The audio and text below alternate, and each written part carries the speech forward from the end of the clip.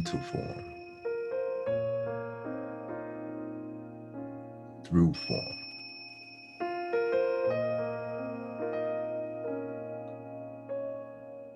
back into form,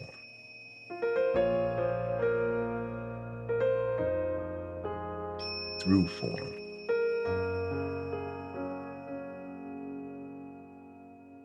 out and back into form immediately, through form,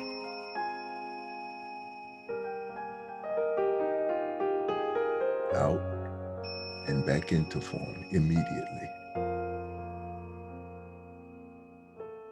through form,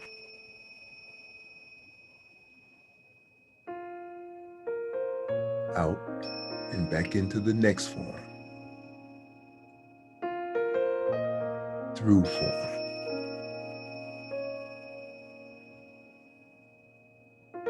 out and back into the next form. This is the cycle of existence for us as microcosmic beings, never ending, infinitely, never dying, simply jumping from one form to the next form, infinitely and forever. The form will expire. We will immediately jump into the new form in a nanosecond, because we are eternal beings, just like Amma, never ending, infinite and unlimited power, trying to express ourselves through these human forms. So we'll go out and back into the next form, go live through this form, come to a peak at the top, and then age out. The form will age out. Our microcosmic spirit will leave that form and jump back into the next form. Live through that form. Wear that form out. Leave that form and animate the next form. This is the cycle of existence for us, the microcosmic beings, the microcosmic expressions of the totality, the macrocosmic being we call Amma, endlessly and forever, jumping into form, living through these forms. The form wears out, cannot keep up with us, so we will jump from that form into the next form, endlessly and forever, living through these forms, not to be confused as being the forms. We simply jump from one form to the next form, live through that form. As the form ages out, we will simply transform into the next form, endlessly and forever. This is the cycle of our existence.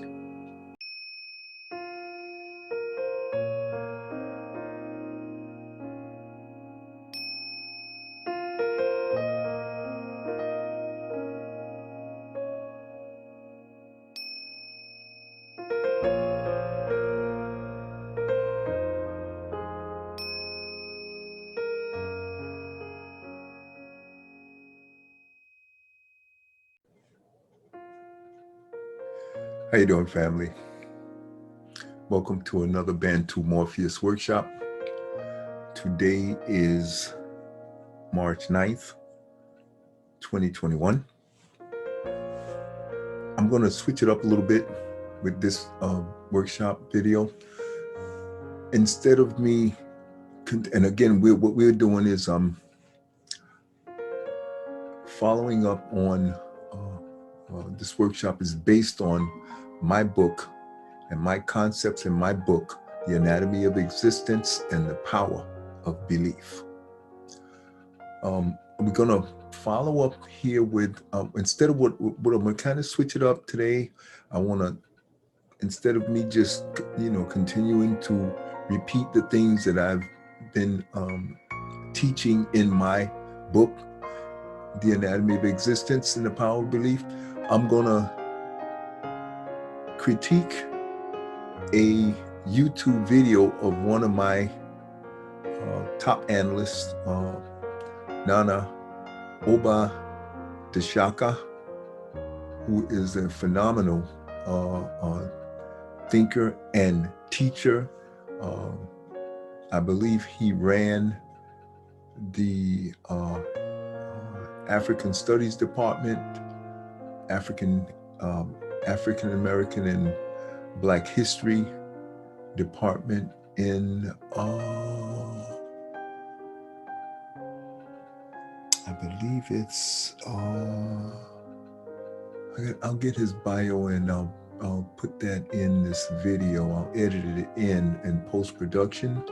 But I know he's coming out of Chicago, and I know he ran a African Studies department in one of the major colleges there in Chicago, Illinois. How you doing, family? Welcome to another session of BANTU-Morpheus, where I am doing a comparative with Dr. Oba D'Shaka.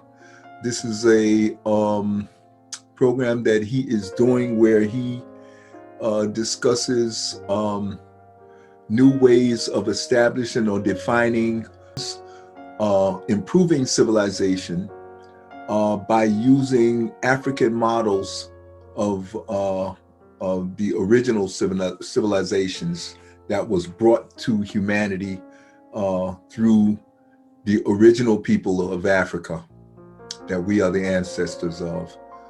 Today is March 13th. We're gonna continue from where we left off in the last video. He's pointing out the importance of how despiritualization has caused the society in the Western societies and around the world that are run by Europeans to be largely, not totally, but largely objectified, because they cannot understand the importance of spirituality and to look at things from a spiritual perspective, which is the unifying mentality, is that all things are a part of one of the human experience that we're having, but we are spiritual beings having a human experience. And that spiritual part of us unites us with all things, both animate and inanimate.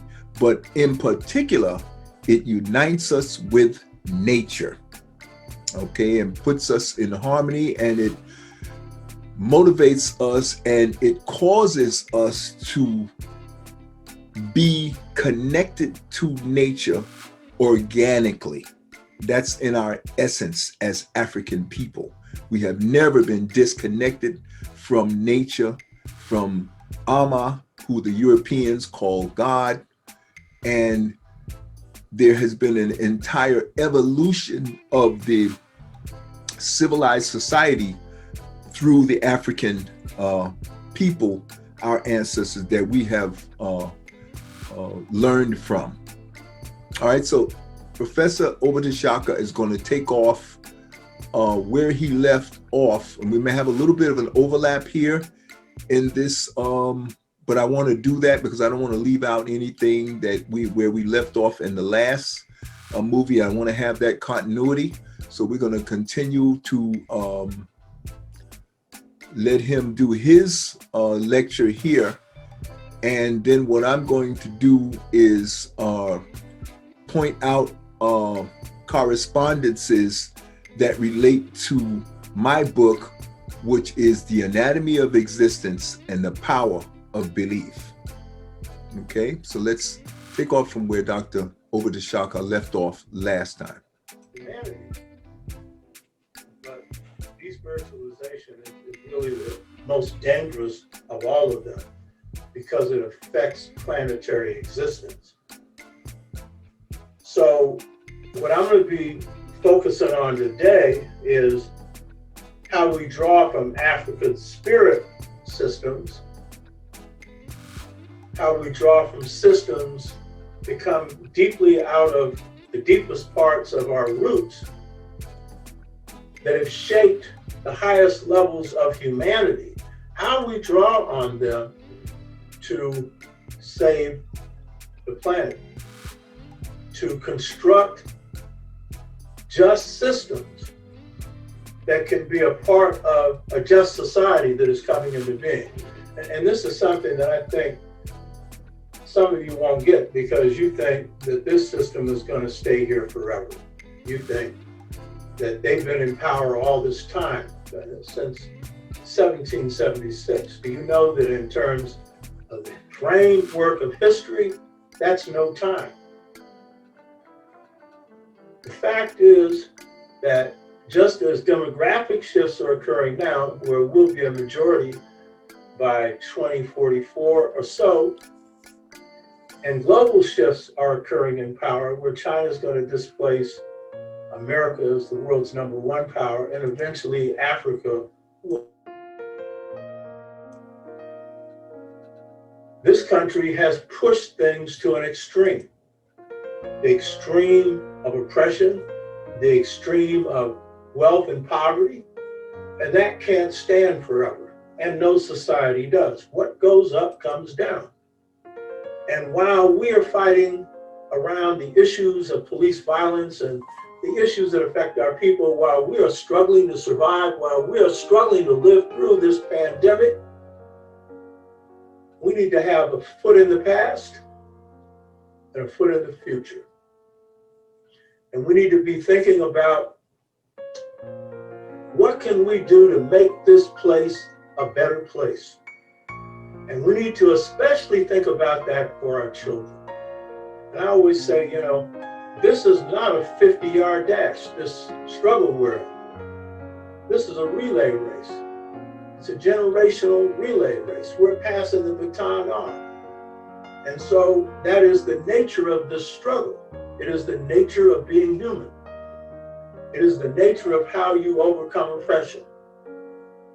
And so in this era, in this time, we need to be conceiving of what will be better.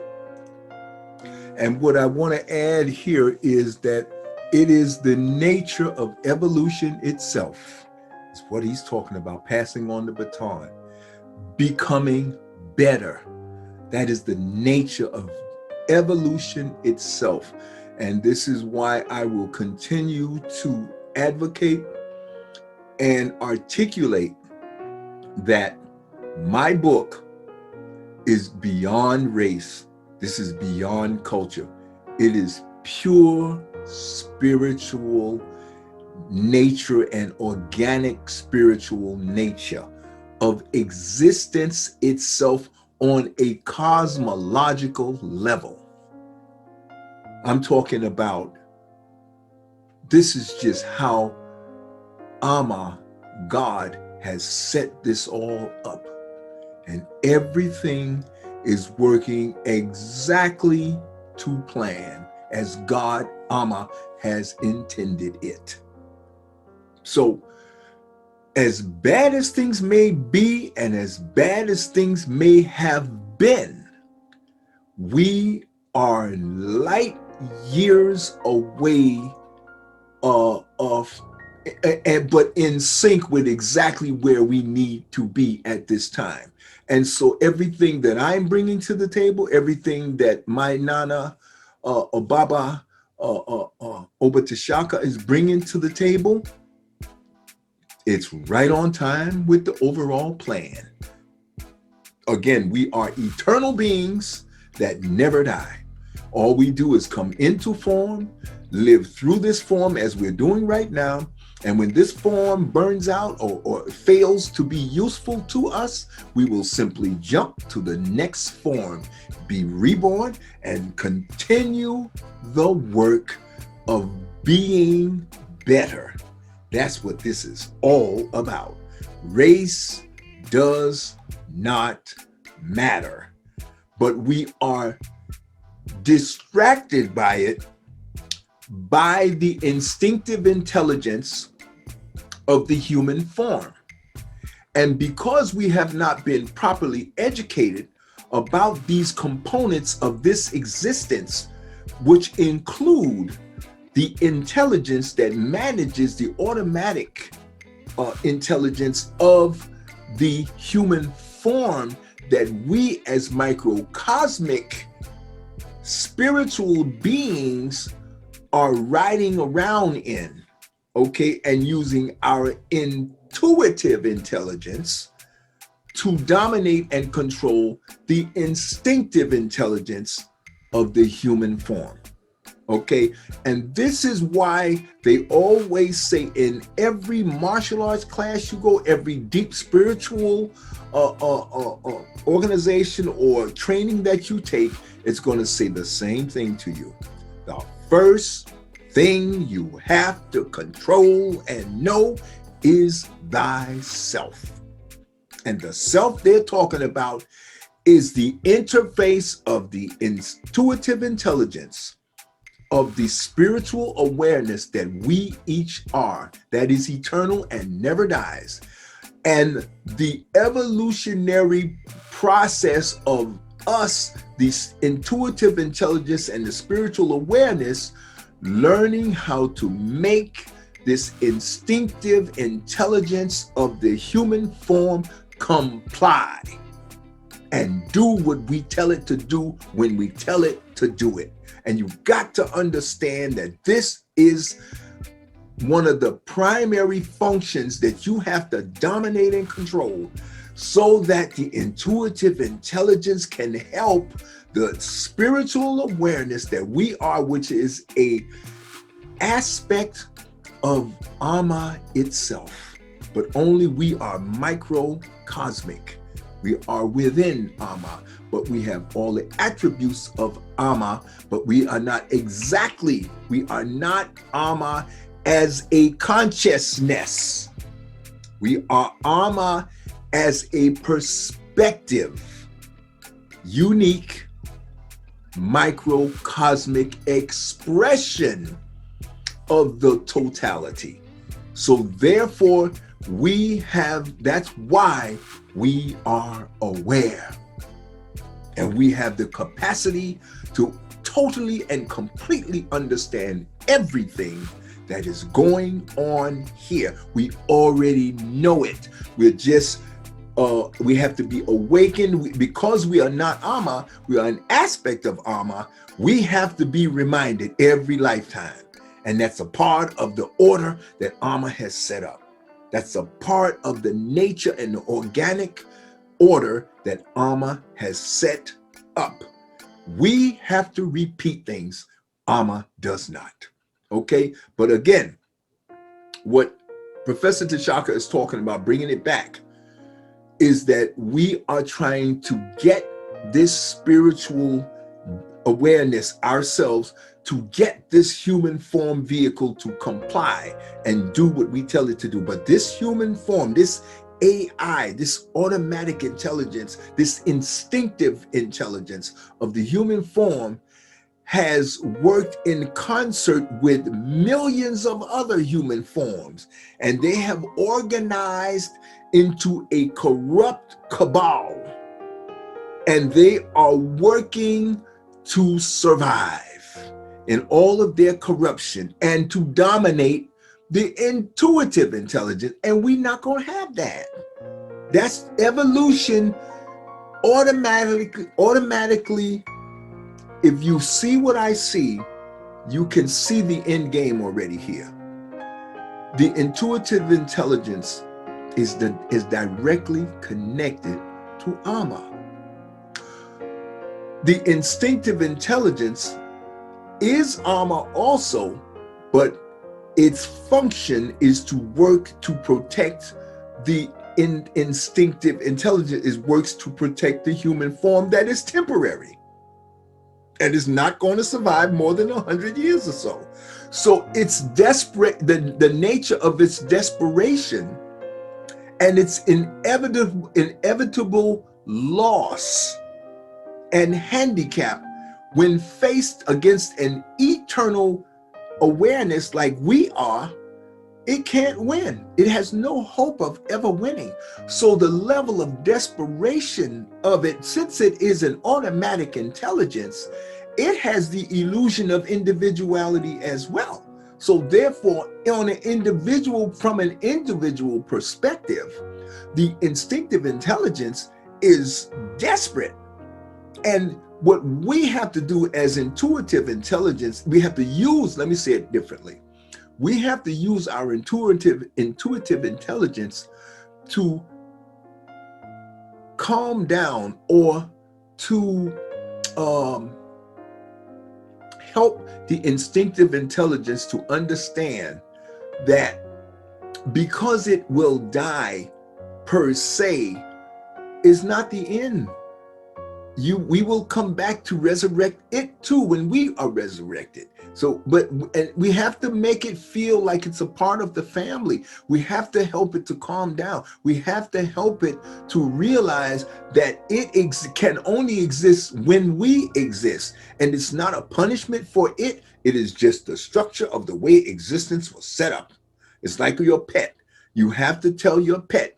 That's why if you notice, human beings outlive most animals. Most animals don't live more than dogs. They're 7 times our years. So a dog will hit 70 in 7 years. Okay, that's how, because they're just an animated form. It has no deep, heavy, instinctive intelligence. It has instinctive intelligence, but it has very little awareness. That's why dogs, gorillas, animals, fish, they don't write nothing down. See, only aware beings who are aware of a continuity because of our connection to Amma, we understand that we are forever. And we have devised a system where we write stuff down. We draw things on walls. We create art forms. We create things that leave evidence of our being here before. Animals don't do that. Bones don't cut it. You know, the bone of the human, of the form of whatever animated form laying around, that don't cut it. It doesn't show intelligence. You see, it doesn't show intelligence. And that's what's unique about the human being. We write stuff down. We were in the long ago, the best we could do was carve stuff into stones, paint stuff on inside of caves, carve out a huge, massive in Egypt and all over the world, Stonehenge and all over the world. We have carved out whole cities and civilizations. This is how long we've been here, folks. That's why when Professor Oba D'Shaka says that this is a nanite of time, 200 years, United States. Oh, please. United States is a infant, not a toddler, an infant compared to even the European, not Canada, but Italy. We don't even want to talk about Africa. Let's just stick to the Russians, the Chinese, the Japanese, and all these other nieces, everybody else on the planet, everybody, their youngest rookie, know-nothing moron on the planet is America. And I don't care what they try to, how fancy they try to pretend that they are. And that's why what they do have going for them is they are so new that a lot of the other more ancient societies, their young people try to come here because they want to get away from the ancient societies, because the ancient societies are stuck in time. So, but that's their fault. That's the downside of being an ancient society. The new rookie on the block is America. So that's why everybody want to come here. But America is, they want to come here to do the new stuff. But America lacks old intelligence. So the foundation of America, yes, is avant-garde, but it lacks morality. It lacks humility. It lacks spirituality because it's connected to a purely objectified existence where everything is used as a thing. It is not a living thing to most Europeanized Americans. Everything is an object. Everything is just a thing to be used. And that is the biggest downfall and negative of America. And that's why they were able to create the most horrible, barbaric, enslavement system on the planet. No enslavement system was worse than America because they perfected objectifying even human beings.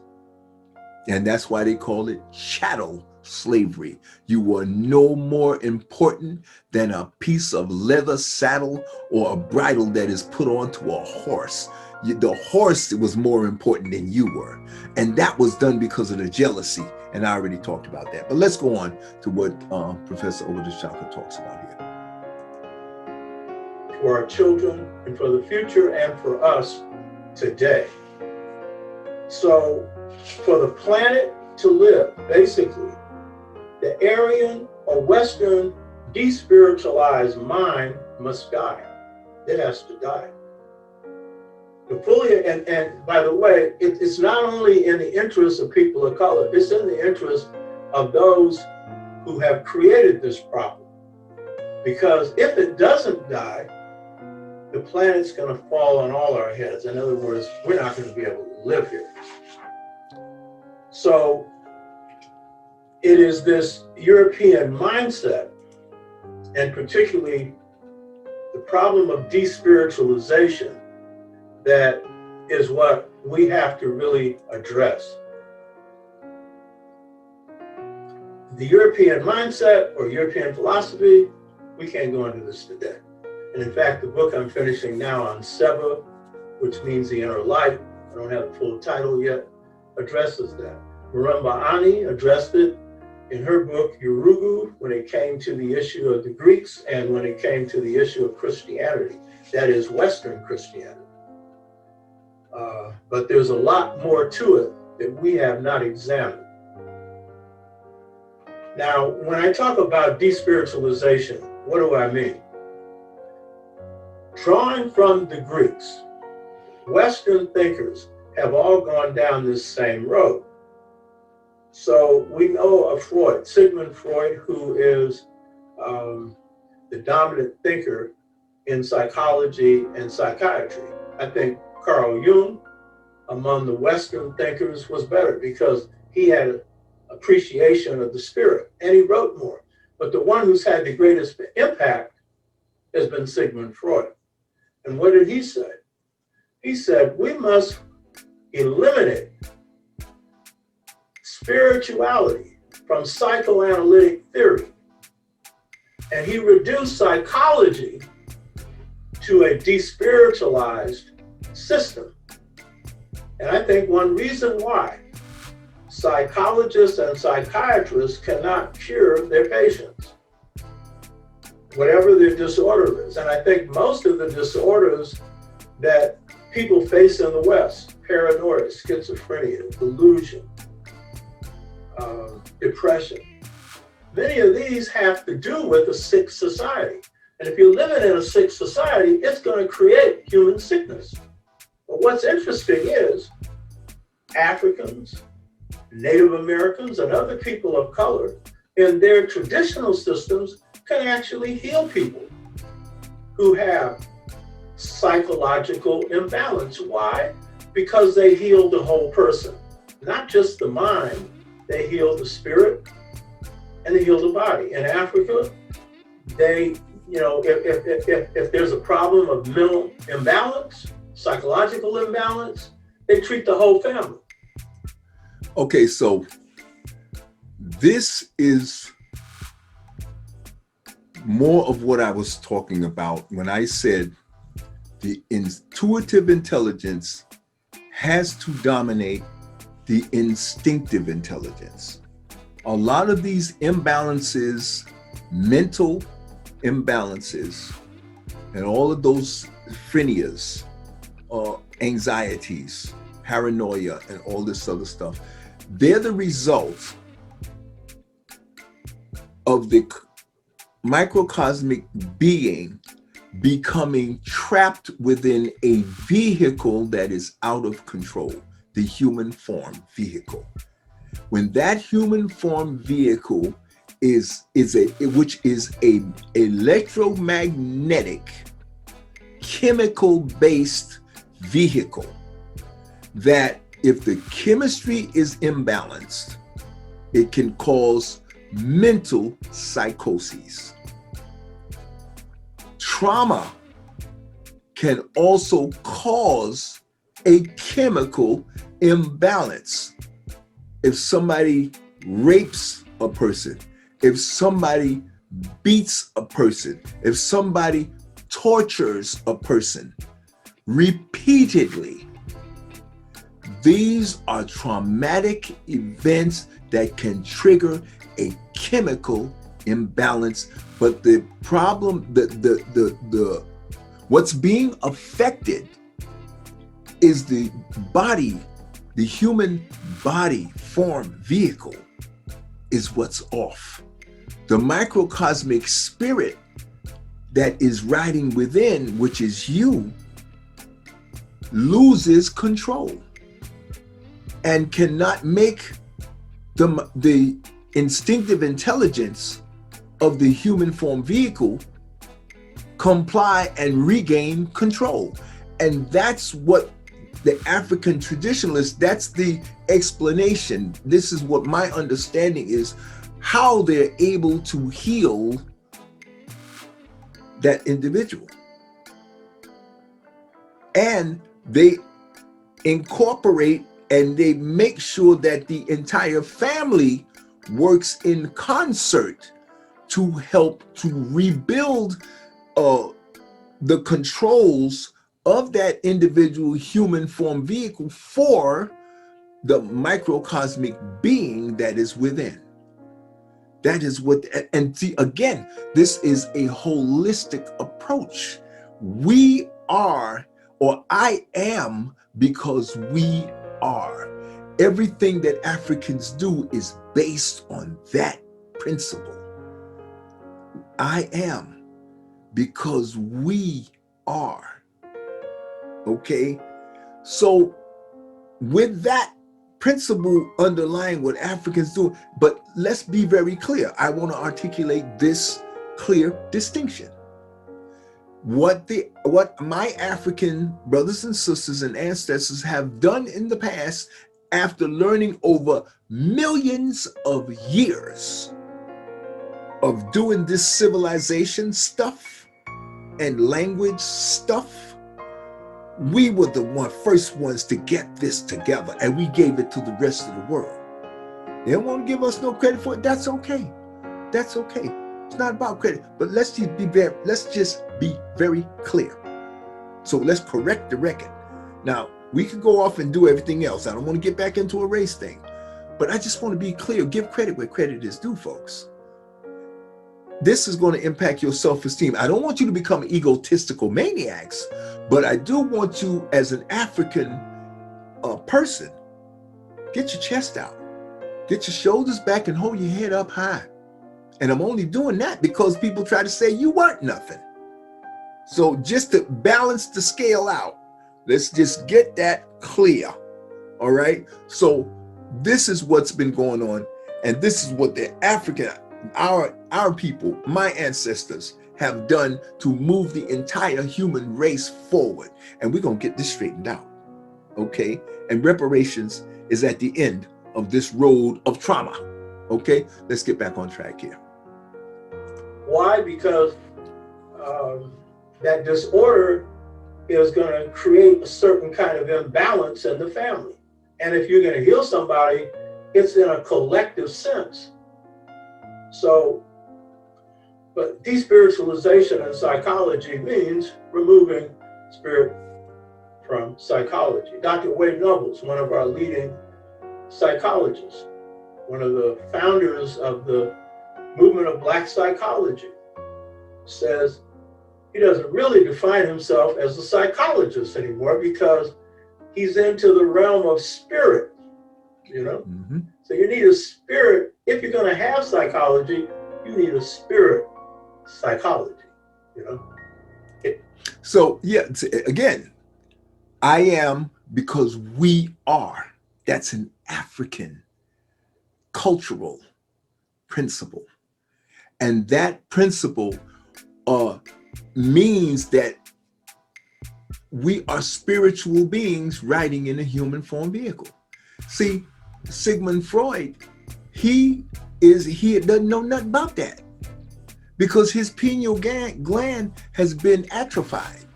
He don't even know, if you said spiritual to him, he wouldn't even know what you're talking about. He does not see himself connected to God because you got to remember, they are angry at God and they really don't believe in God because they believe God don't believe in them. So they're angry and they're vengeful at God. So right there, everything they do from there out is going to be wrong because their intention is wrong-headed and they're angry. And when they get done with God, then the next one they're angry at is nature itself for making them albinos to begin with. And they're angry at God for even setting up the circumstance while all of this happened. Because God is omniscient and omnipotent and omnipresent. So God is everything. But they can't see that everything thing. They don't see God as, they don't see God as part of that. Okay?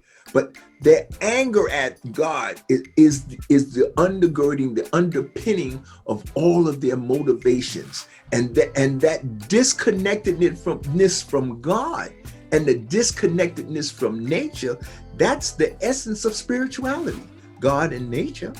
And if you see yourself as not being a part of that, oh baby, you isolated. And that is not, and they're not really isolated. They believe. And this is where the most important part of my book steps in. It's not that they're actually disconnected from God or spirituality or nature. They believe they are. Now, whether that's because the pineal gland is atrophied, left side brain activity is so dominant, or whether it's the instinctive intelligence is so warped and dominating the human form, dominating and not allowing the intuitive intelligence to get through and instill ma'at, balance, righteousness, morality, and decency. And it's not all white people that go through this, by the way. There's only some of them, but it's enough of them to cause so much chaos because in their non-belief of God and spirituality and nature, they will kill themselves and everybody else because of their jealousy. And that's what makes them the most dangerous of them all. And you have to keep your head wrapped around that. And that's why Professor Philippe Matthews says they have three sides. Genocide, they'll kill every doggone race that tries to dominate them. And then if that don't work, they'll go to homicide. They'll try to pick off parts of the race, divide it up and conquer that way. And if that don't work, if those first two don't work, then they'll kill everybody. Kill the whole world, because if they can't have domination and control, then they don't want the world itself to exist. And that, you have to keep that in mind, and that should be your motivation to get them, lock them up, and corral them and make sure they never get free, and put everything you can into cross-breeding them and breed that hatred of God and nature and spirit and the oneness of all things. That mentality in their mind puts them at a disadvantage, and they just can't tolerate it. I don't know what's wrong with it. Well, we know what's wrong with them. I just explained it. But that's what's behind everything they do, all of their decisions. And it's so bad, folks. This is subconscious. They are not aware that this is what's motivating them. Let's move on. If you're going to be able to heal people, Descartes, as we all know, created the mind-body split. He had this thing he calls, I think, therefore I am. By the way, Descartes' statement about I think, therefore I am came from a dream. And that is actually true. You are your thoughts. In fact, thoughts are matter, meaning anything that is material that we have created comes from our thoughts. I disagree with that. What he just said, that anything that is manifest does come from thought. That's true. But we are not our thoughts. We use thoughts. Now, this is just where I just disagree with Cart or whoever this person is that he brought up. I'm not familiar with that person. But the concept itself, based on what I have been intuitively given from my meditations and stuff, no. My training says no. We are a microcosmic, spiritual, infinite being that uses thought. Now, Ama created the one thought that created all things that exist now, including the mind and including the thinking process that we use. See, and we have got to segregate it into this and not, because you don't want to identify with thoughts. We are not our thoughts. No, you don't want to identify with that, because thoughts can be out of control, and you don't want to be identified, and you don't want to believe that you are something that can be taken out of control. You can never be out of control. You are an extension of Ama. It's not possible. Ama is perfection itself, and we will always exist. Thoughts don't always exist. Thoughts come and they go. So therefore they can't be us. We are eternal and forever.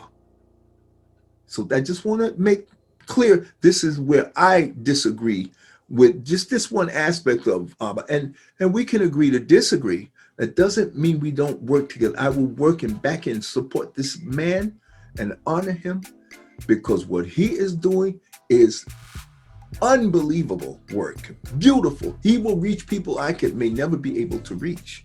See, I'm trying to reach the ghetto kid in the alley, in the thing that will never go to a college and ever may never be able to sit and look at something like this. That's who I'm talking to. That's who I'm talking to, folks. So if you feel like, oh, this guy, man, he's so rough and crude. Well, listen, Ama designed me to do what I'm supposed to do. And I'm going to do what Ama has raised me and created me to do. You do what you're supposed to do. You reach who you're supposed to reach. And I honor you, and I support you. And in anything I can do to help you reach the people that you need to reach, let's do it. Each one, reach one. Each one, teach one. Again, another African principle, but it's a holistic principle.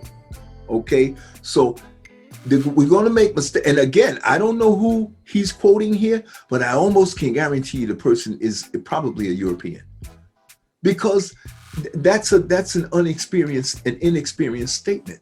If you understand the essence of what we are, the anatomy of this existence, which includes that we are God or Ama having a human experience. That human experience is based and around thoughts, because again, what I say in my book, the law of attraction is the essence of thoughts creating and making matter manifest. That is the essence of the law of attraction and autosuggestion. It's repeated what? Thoughts. And what do thoughts do? They make the subconscious machine manufacture stuff. So our thoughts don't make stuff. They cause the subconscious machine to make stuff. That's what I'm bringing to you folks here in my book, The Anatomy of Existence. This is the distinct difference of my book, and why my book even exists is to make this point crystal clear. This is my premise, amongst my other primary premise, which is the same premise that all the other great thinkers have done before me, that we are gods having a human experience. Okay? But how we create in this time-space continuum is with our thoughts that we use. We are not our thoughts. We are not our mind. We are not our body. We use these things. We are the watcher, and the watcher decides with intuitive intelligence to make choices, and we project thoughts. We are not our thoughts. Let's move on. But coming out of the materialistic, despiritualized Western worldview and philosophy, Descartes viewed this as mind minus spirit, and therefore he creates the mind-body split, separating the mind from the body. He acted like it would be great if he didn't have a body. Well, when you go to the next realm, you actually have a spirit body. But on this realm, the body is the temple for the soul and for the spirit. And so if you're going to deny, you know what I mean, spirit, then really even the mind cannot work appropriately. It's not going to work correctly. So he misinterpreted this, or he interpreted this through the lens of a Aryan or despiritualized worldview. Descartes is also a mathematical physicist, and he is one of many who took a realm of science that is spirit-based or energy-based. Science is basically an advanced science of energy, of waves and particles. But Western physicists have treated energy like it's matter, like it's a material thing. Descartes said he didn't care about what waves and particles were. He simply wanted to know how to control energy so that he could have power. And that power would be a power over nature. And that power would, as he put it, be power over the lower regions, meaning the countries of Africa, Asia, and Native America. So, lacking a understanding of energy, which is what everything is made of, then Western physicists are in a bind. They're in a dead end. So here's a key point that needs to be made here. And I agree 100%. We said that Ama is omniscient, knows everything. But most importantly, we said that Ama is omnipresent. So that means that energy itself is God. Ama. Energy itself is the body politic of Ama, is God. Pure and simple. And the reason this person he's talking about can be so disconnected and so matter-factual about it, he doesn't see himself as being God. He don't see himself having any connection to God whatsoever. He's blinded because he's lost in his form. He has completely and totally identified and functions from the perspective of a human, not a being. Even though he is a being, can never not be a being, but he doesn't know he's a being. So he's asleep. He is what we call a walking dead person. And so he only identifies with the object of the body and the mind itself. He believes he is the thoughts. He believes he is the mind. He believes he is the body. And that's all he ever will be in his mind. That's what he believes. But again, it's what he believes. So it's the power of belief. And belief is extremely powerful. Whatever you believe, that's what the subconscious machine gives you. It doesn't judge right or wrong. Whatever you believe, that's what the subconscious machine will manifest and create. Even if it's a wrong belief, even if it's out of harmony with reality, even if it's Alma, you can't do nothing to Alma. You can't do nothing to the microcosmic being either, because the microcosmic being is like a finger of Alma. You can't do nothing to it. You can't kill it. You can't kill yourself. You can lose your body. You can kill the body. Bodies come and go. Bam, boom, bam. They're nothing. Okay. And well, I should say, I don't want to disrespect the body, because it's not that they're nothing, but relative to an infinite being that can never die, relative, it is the opposite of what the microcosmic being is. But this particular person they're talking about does not know what he is, not who. He does not know what he is. And so therefore he goes knee deep, full ball, head first, and to his marrow, he believes. He believes. He believes. He's nothing more than the thoughts he has, the body he's using, and everything around him is nothing but an object to be dominated, controlled, and used with brute force. Period. Full stop. End of thought. That's who you're dealing with. Moving on. Because they do not have a philosophy that explains this. Easterners, if they followed their own system, and too many Asians are following the Western system, too many Africans are, but if they followed their own system, they would probably call this energy Tao, T-A-O, the way, the invisible way of the cosmos. And we could call it Ma'at, the invisible way of the cosmos, which is ethical, which is based on truth. But lacking this, then we have a science that could contribute a lot to the world and has, but now can also follow a destructive course as well. So despiritualization goes to the point, as well, of separating the mind from the spirit.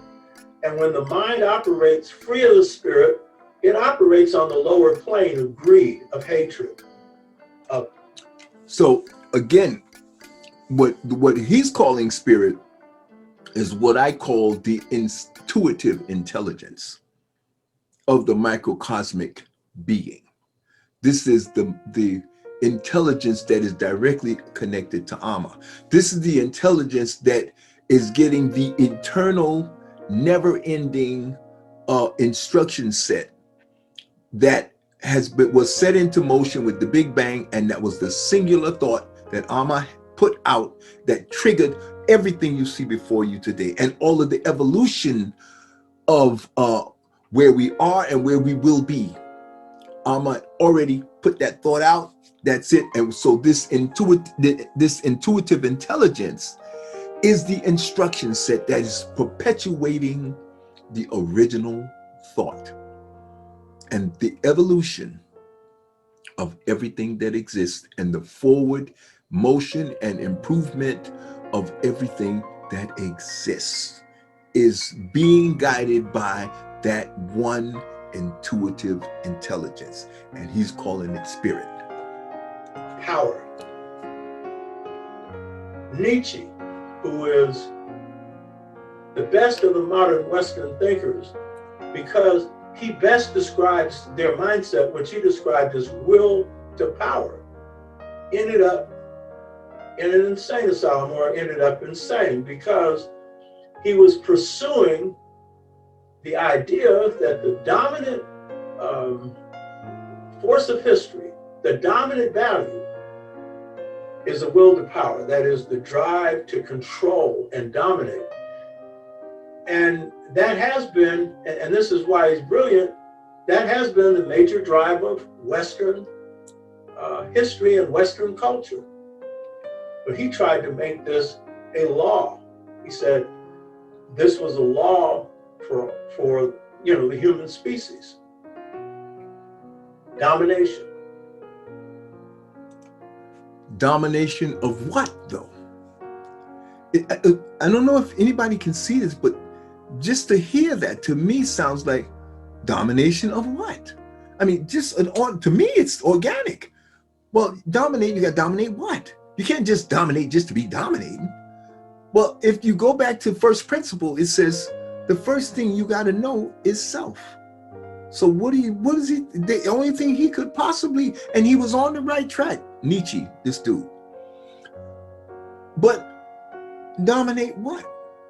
What they're not talking about, folks, is you got to dominate this human form vehicle with this instinctive intelligence, the dumb brute in the room. So he's right about you have to dominate, but what you have to dominate is the dumb brute that is the human form vehicle that you're riding around in. And you got to make that son of a gun comply with the intuitive intelligence, which is the order from Amma itself. And that is to be better at making the world better, and not for your own selfish reason. It's got to be to the benefit of the largest group aspect of the group in the environment that you are living in.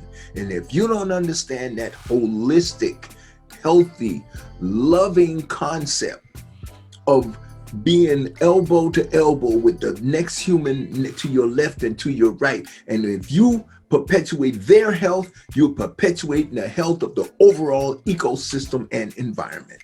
That is the holistic spiritual mindset of righteousness.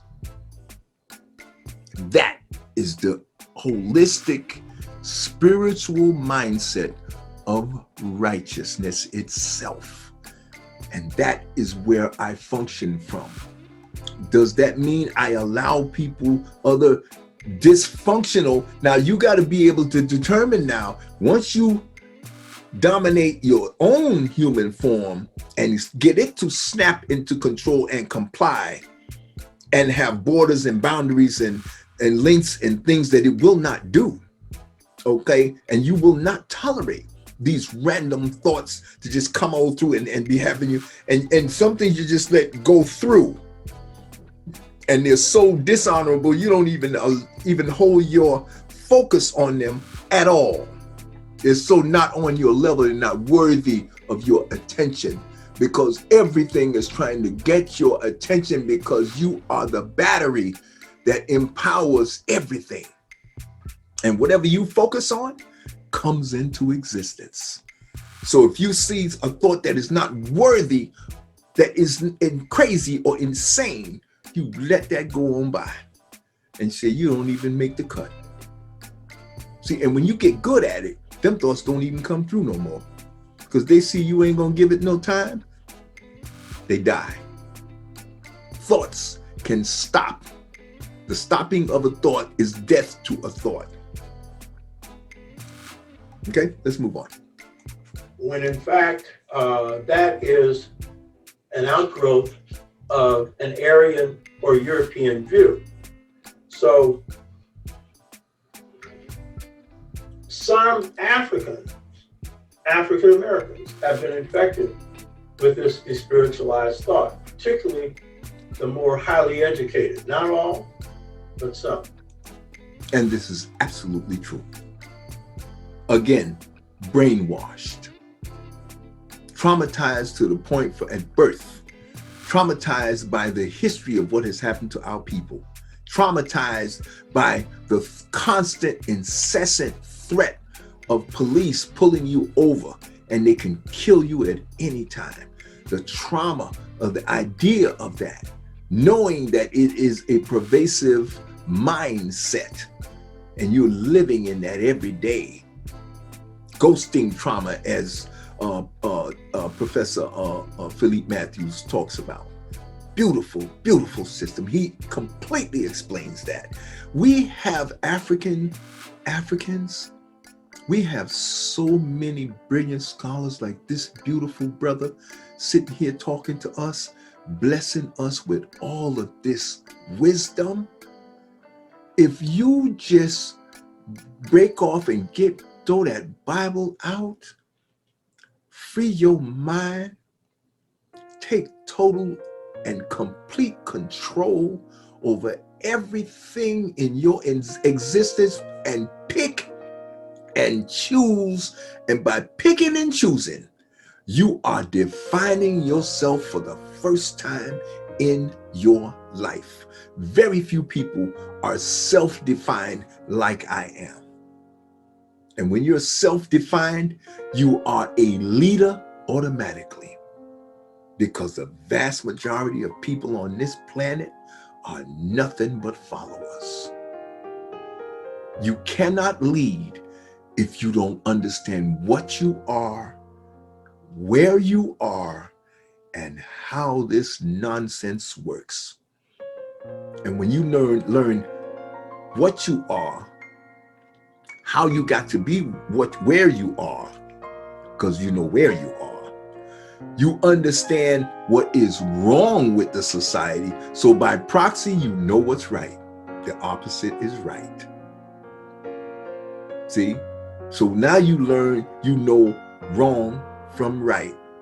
And what you try to do for the rest of this life is do as much right as possible and as little wrong as possible. And with each lifetime, you will get better. Look at the last Airbender, and you will see all the lives that he has lived.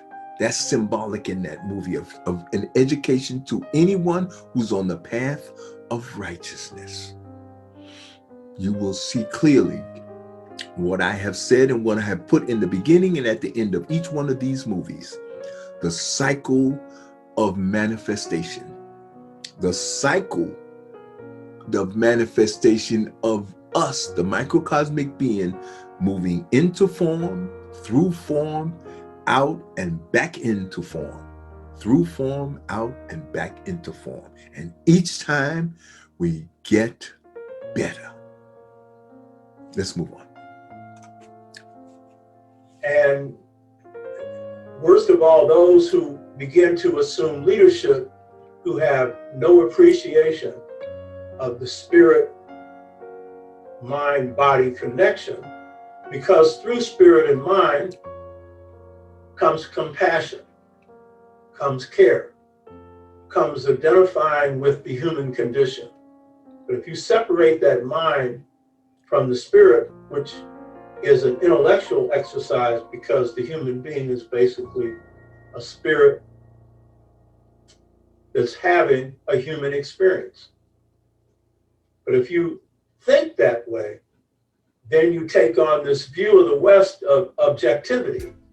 And so when you're coming in and exploiting people like the Republicans are doing in the Senate right now, voting against or at least pressuring, and then a few moderate Democrats taking their side, pressuring against a minimum wage of $15 an hour, which when almost every senator is a millionaire. Put them on $7 an hour, which is the minimum wage right now. Who can live on that? But when you have this despiritualized mindset and you're serving the interests of the greedy and the hateful, the racist, you can do that. You can be inhumane.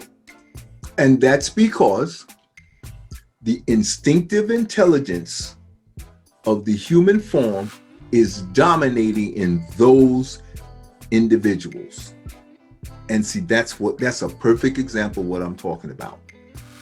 When the instinctive intelligence is running stuff, it is brutal, it is inhuman, it is incompassionate, and it does not care at all. Long as it gets what it has, it only cares about what is on the edge of the tip of its nose and on the tip of its finger. Everything else beyond that, it doesn't care about. It might care about its own kids for a minute, but if their kids get to be in the way, oh, they'll roll. Look at Trump. He'll roll over. He'll throw any one of his children under the bus. He'll throw any, because it's the instinctive intelligence. And the instinctive intelligence is completely and totally selfish. Let's move on. So despiritualization is a clear and present danger to humanity, to the planet. But despiritualization is the instinctive intelligence. It sees itself as not spiritual. It does not exist more than 100 or so years. It is the automatic intelligence that runs the human form vehicle, and unless it is dominated and meshed up and dominated by the intuitive intelligence of the spirit, of which is God itself, Ama itself, and you can't mess with, you can't. And listen, I'm gonna say this repeatedly: the instinctive intelligence cannot override the intuitive intelligence, which is the intelligence that you, the microcosmic infinite being, uses.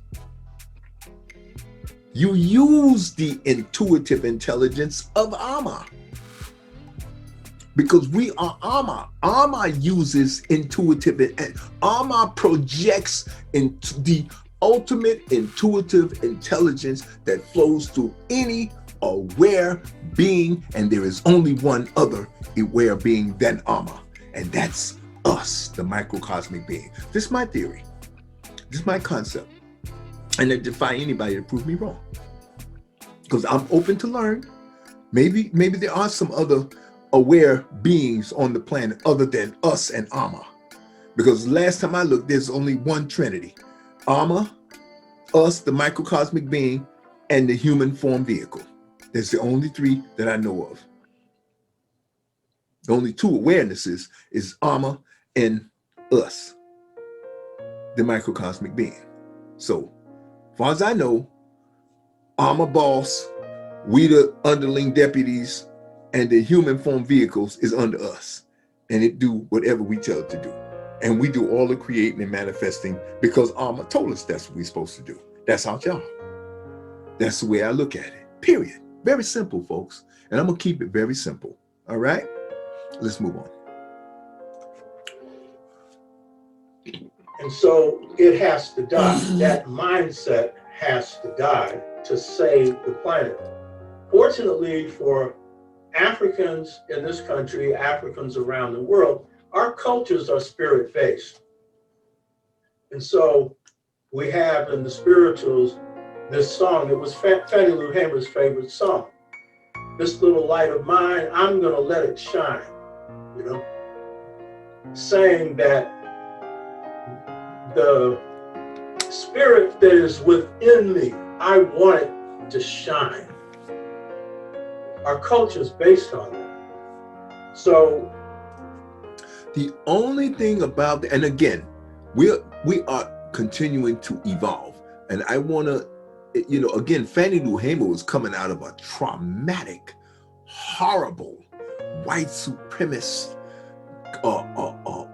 traumatic, vicious, murderous system of vicious, murdering killers that are still dominating the Republican Party to this very day. And that's why they're terrified, and they're doing all of this barbaric behavior, and they're justifying and whitewashing and tiptoeing around these barbarians that attack the Capitol, because they are barbarians. And they will kill their families. They will come out while they're at work. They will go in and blow up their house, kill their family, rape their daughters, murder, slaughter everybody. Because they don't give a damn about nobody but themselves. And they were allowed to do this for 400 years, folks. This wasn't done overnight.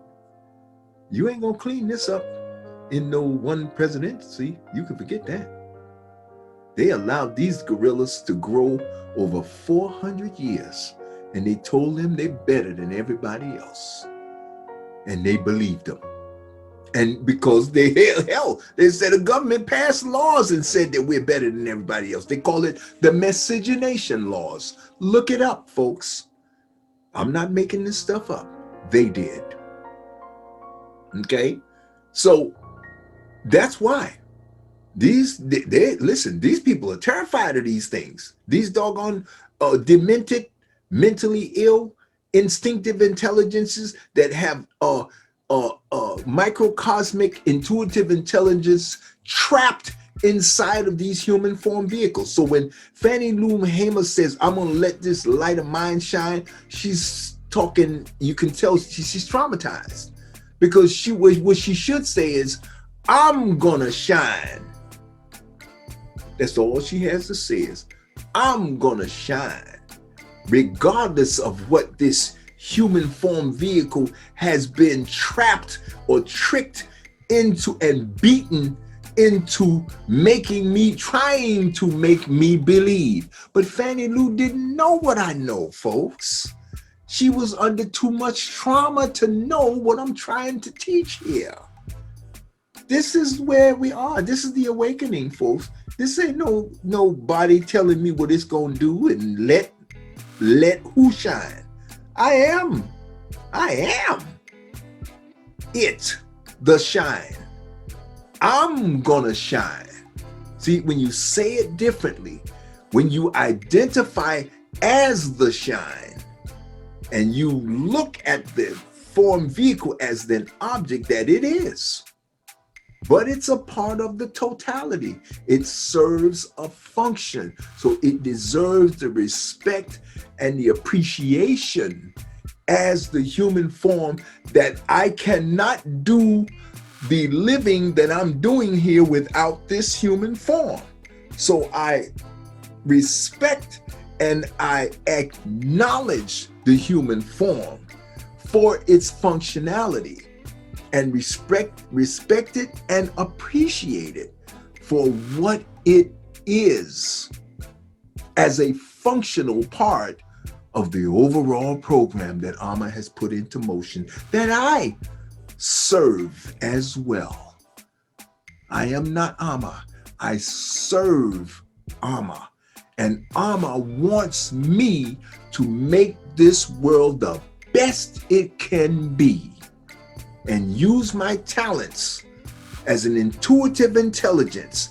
This is the perspective of the righteous spiritual microcosmic being. This is what I am and who I am. This is what I want you to learn to become. This is what a righteous human being sounds like and looks like. Okay? And when I say look, I'm not talking about a physical look. I'm talking about an intellectual look, an intelligent sound and look. Let's move on. This is an antidote coming out of African American culture, African Caribbean culture, African culture, to this despiritualization. But we find the best models for this coming out of the deep structure of African culture. other people of color have this in their own deep structure.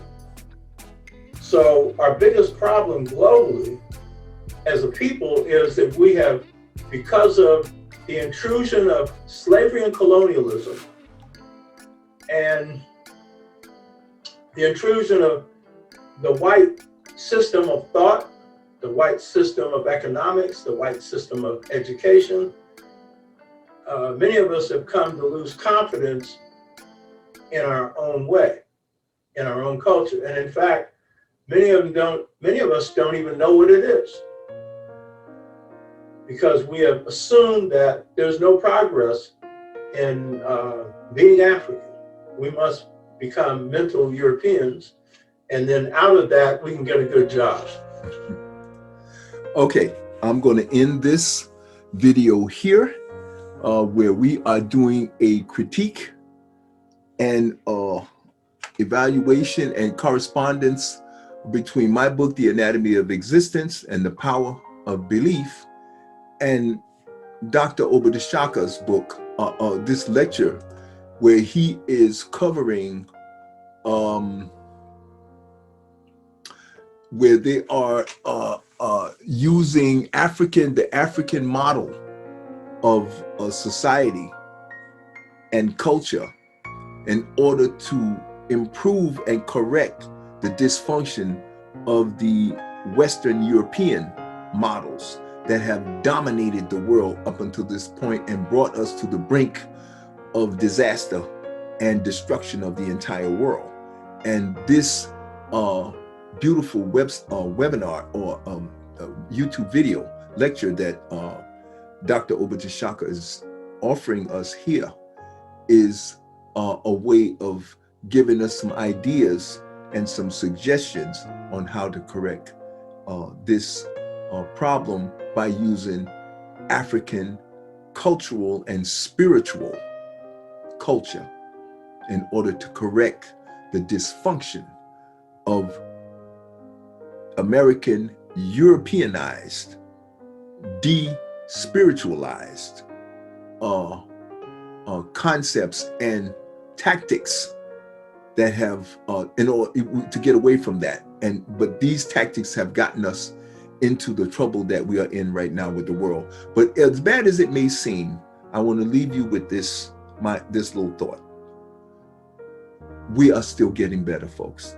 We're still making sausage. And this is a never-ending journey of a microcosmic spiritual being having a human experience. And part of which keeps the journey exciting is that we have challenges. And this is just another of the eternal challenges that we will continue to have over time on the road back to perfection as Amma itself. Okay? And thank goodness, thank Amma, that we will never reach that. And that means we will have an eternal journey. And in my view, based on what I know and believe as a microcosmic being that is eternal and can never die, this is just going to be fun. It's a fun process. It looks ugly, it looks very serious, and we should take it that way so that we can enjoy this experience. Okay, family? I'm going to end it here, and I'll see you in the next movie. This is BANTU-Morpheus, and this is my workshop on the anatomy of existence and the power of belief. And we are reviewing and critiquing Dr. Oba D'Shaka's YouTube presentation